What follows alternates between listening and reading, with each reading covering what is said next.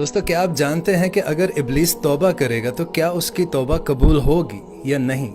تو روایت میں آتا ہے کہ ابلیس حضرت موسیٰ علیہ السلام کے پاس آ کر کہنے لگا کہ حضور میں بہت بڑا گنہگار ہوں، میں چاہتا ہوں کہ اللہ کے حضور توبہ کر لوں۔ اللہ تعالیٰ نے آپ کو کلیم اللہ بنایا ہے، میں چاہتا ہوں کہ آپ اللہ کی بارگاہ میں میرے لیے سفارش کریں تاکہ وہ میری توبہ قبول فرما لے۔